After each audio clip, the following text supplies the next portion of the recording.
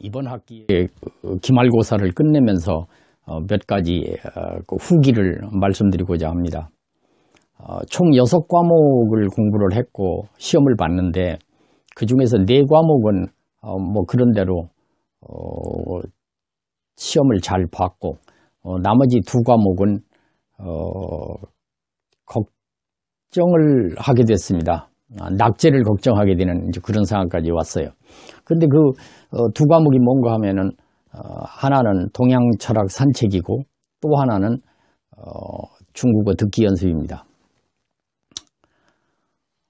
동양 철학 산책을 제가 이제 잠깐 말씀을 드리면은 사실 중문과를 하기 때문에 동양 철학에 대해서도 관심이 많고 서양 철학에 비해서는 이게 가슴에 와 닿는 것도 더 많다 이렇게 생각이 듭니다. 그리고 그뿐만 아니라 중국의 역사나 뭐 이런 거하고도 관계가 있기 때문에 동양 철학 산책을 하면서 참 재미있게 공부를 하고 있고 또 한 가지로는 이번에 보니까 교수님들이 한 분 아니면 이제 2분이 강의를 맡아가지고 하시잖아요. 그런데 이 동양 철학 산책은 무려 4분이 교수분이 나오시더라고요. 그분들이 강의하는 내용도 비교적 충실하고 재미있었다고 느껴졌어요. 그래서 이거를 한 번도 아니고 3번 이상 이렇게 인강을 봤죠. 그리고 뭐 나름대로는 뭐 책도 보고 또 뭐 이렇게 공부를 한다고는 했어요. 그런데 막상 시험지를 받아들으니까 헷갈리는 부분이 너무 많은 거예요. 그 35문제 중에서 15문제 정도는 비교적 쉽게 답을 쓸 수가 있었어요. 근데 나머지 20문제는 아무래도 제가 제 공부한 거 가지고는 답을 쓰기가 만만하지 않더라고요. 그래서 참 좀 헷갈리고 답을 제대로 쓰지를 못했어요. 집에 와서 다시 검토를 한번 해봤어요. 해봤더니 이번 시험 문제가 주로 책에서 나왔는데 책에서도 이렇게 딱 아주 확실하게 표현되기보다는 전체적인 문장을 읽어보고 그래야 그 맥락을 알 수 있는 또 판단하기가 쉬운 그런 문제들을 주로 출제를 하셨더라고요. 근데 인강 쪽에서보다는 교과서에서 교과서만을 가지고 주로 공부하신 분들은 아마 이번에 좋은 성적을 내지 않았을까 저는 이제 그렇게 생각을 합니다. 그 다음에 중국어 듣기 연습을 하는데 지난 학기에도 뭐 좋은 점수가 나오질 않았어요. 중국어 듣기 연습이 생각보다 잘 안 되더라고요. 근데 저는 이제 어떻게 공부를 하는가 하면 문장을 단어 포함해서 문장을 한 번씩 또 어떤 때는 2번씩도 써보고요. 그 다음에 최소 5번 이상을 이렇게 듣습니다. 듣는데 그래서 나름대로는 공부를 어지간히 열심히 한다고 하는데 막상 가서 시험장에 가서 들어보면은 생각보다 쉽지 않더라고요. 예컨대 이런 거죠. 교수님들은 그거를 이렇게 팅니리엔시 할 때 이렇게 좀 천천히 말하자면 빨리 하면 못 알아들을까 봐서 천천히 한다고 나름대로 천천히 해주시는데 어떤 때는 또 천천히 하는 게 헷갈리는 부분 이런 부분도 있더라고요. 저 같은 경우죠.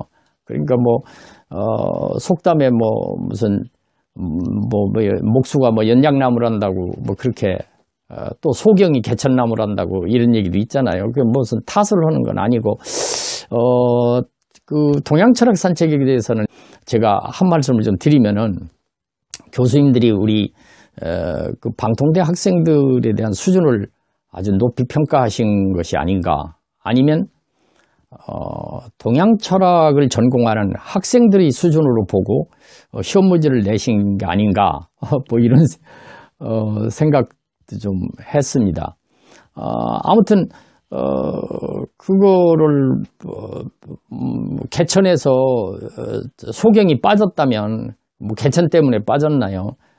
소경이기 때문에 빠졌고 소경이 잘못해서 빠진 거죠. 그러니까 제 탓이지만 아무튼 이번에 느낌은 좀 그러했다. 그런데 처음에 공부 시작할 때 제가 제일 어렵다고 생각한 것이 동양철학산책이 아니고 사실은 인간과 교육이었어요. 인간과 교육이라는 것이 우리가 실생활에서 그런 무슨 상담하는 얘기, 무슨 교육, 이게 사실, 그렇게 가슴에 와 닿지 않는 부분도 있고, 또 한 가지로는 그걸, 할 때, 기억을 할 때 입력이 잘 안 되는 부분도 있더라고요. 처음에 좀 애를 먹었어요. 인강을 2번씩이나 들어도 제대로 안 되고 어떻게 해야 되나. 나름대로는 이렇게 해보고 하기도 하고 저렇게 해보기도 하고 심지어는 인강하고 그 책하고 대조하기도 하고 나름대로 그렇게 공부를 했습니다.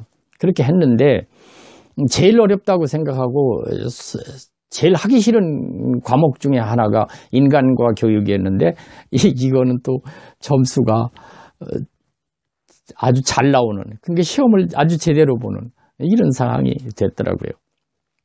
그래서 이런 생각을 합니다. 두 과목을 만약에 이제 다행히 낙제를 면하면 그나마 다행이고, 만약에 낙제를 하게 되면 어떻게 될 것이냐, 그 대책을 세워야 되겠죠. 동시에 그런 생각을 합니다. 다음 학기에는 어떻게 공부를 해야 될 것이냐, 또 공부하는 것이 균형을 맞춰야 되겠다 이런 생각도 해봅니다. 그러니까 인강을 주로 듣는 것보다는 또 책하고 균형을 맞춰서 교과서도 공부를 하는 게 좋겠다. 근데 한 가지 이런 게 있어요.